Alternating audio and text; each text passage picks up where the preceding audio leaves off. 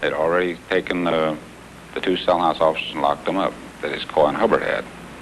So they began sending guards in to investigate. And as each guard came in, they took them and locked them up. And eventually, in addition to two cell house officers, they had 7 guards locked up. And then the associate warden came in personally to see what was wrong. You'd think, well, how could they be so stupid as to do something like, 7 guards doesn't come back. But you have to understand that the security was so tight there, they couldn't conceive of anybody having something like this going. As a result, an uprising that could have been quelled quickly lingered into a 3-day reign of terror that had the nation watching. Finally, on the morning of May 4th, an onslaught of Marines and sheriff's deputies left no question as to the outcome of the escape attempt. When they decided to die, I was there. It was on the bottom step of C Block. And they were talking about it like just ordinary conversation. And that struck me as, I don't know what I expected, but I didn't expect it to casually talk about dying.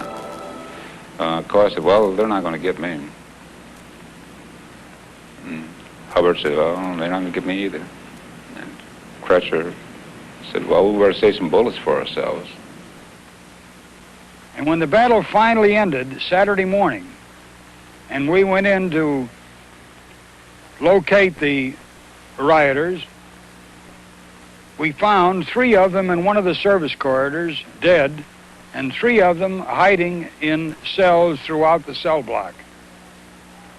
Later, after a trial in the federal court, 2 of the survivors were sentenced to death in the gas chamber at San Quentin.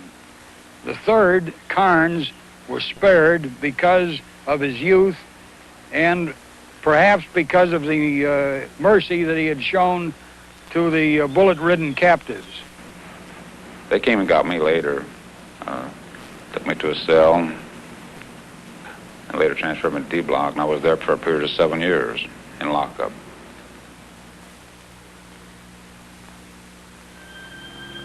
This was D Block, the isolation segregation unit, 42 cells, completely apart from the main cell house, which had 336 cells.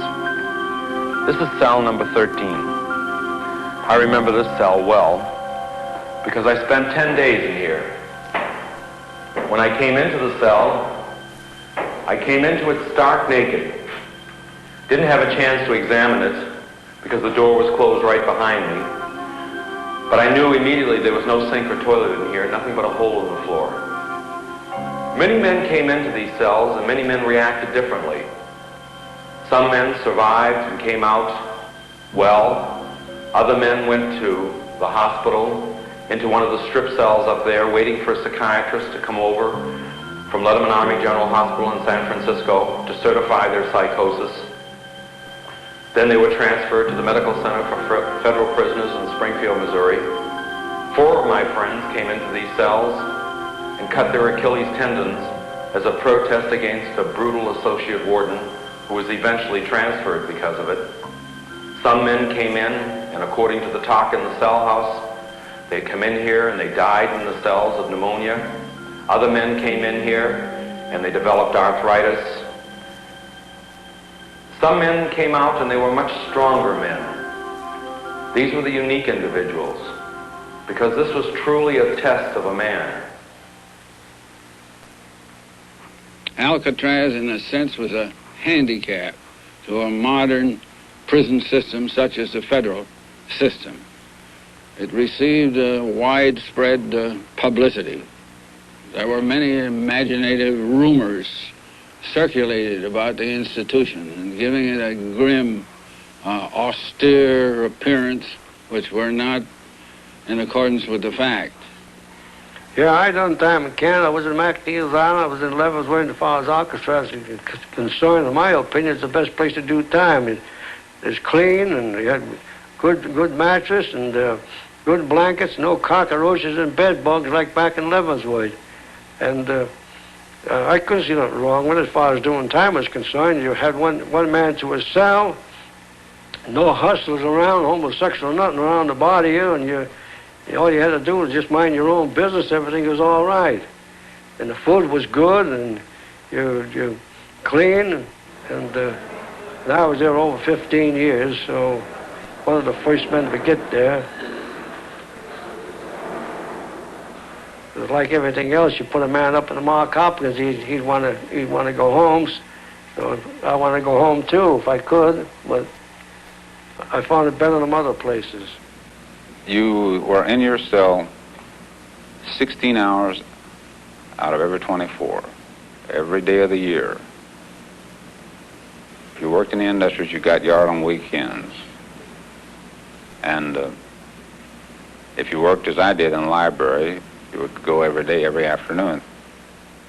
I didn't have anything to live for except my books and that yard, and that was it. That was my total life. The yard had a lot of memories for me. I can remember on Saturday mornings, every Saturday morning, Morton Sobel, he was a co-defendant of Julius and Ethel Rosenberg in the 1952 Rosenberg atomic spy case, used to stop by my cell in the morning at breakfast time to make sure I was coming out in the yard on Saturday mornings. Then on Sunday morning, I'd walk the yard with Alvin Karpus. He did 27 years on this island, longer than any other man. And then one morning, I came out here on the yard on my way to work in Industries. I was late going to work because I had had a dental call. And I was out here by myself, and all at once this little old man came running across the yard to me like a puppy dog. And he says, "I'm Bob Stroud. Who are you?" Of course, Bob Stroud was the Birdman of Alcatraz, the most famous man on the island. And all the convicts on the island used to speculate about him being isolated in his cell up in the hospital. The thing that people ask me about Stroud is when they say, what kind of a guy was he? And I always mention this. The man could have at any time stopped fighting the Bureau and gotten out. But he was always fighting, and I couldn't understand this. To me, at that age, the most important thing in the world was freedom. Nothing else mattered. And I couldn't understand any man who would live in a cell that way all his life, just on principle. And I asked him about it one day. And he told me, he said, well, when they locked me in a cell for a lifetime in solitary, he said, I made up my mind one thing. I was going to retain my own individuality. He said, that's been my fight through all these years, and I'm going to hold on to it no matter what comes.